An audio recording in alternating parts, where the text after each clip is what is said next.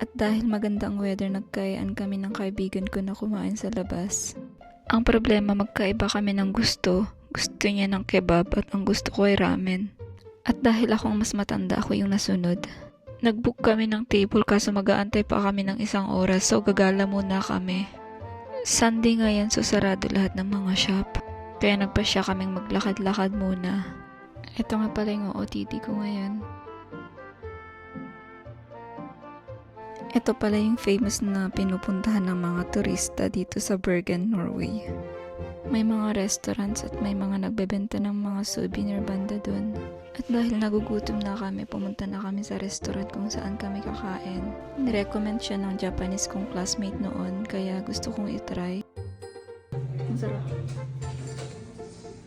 Walang sarap ng bake.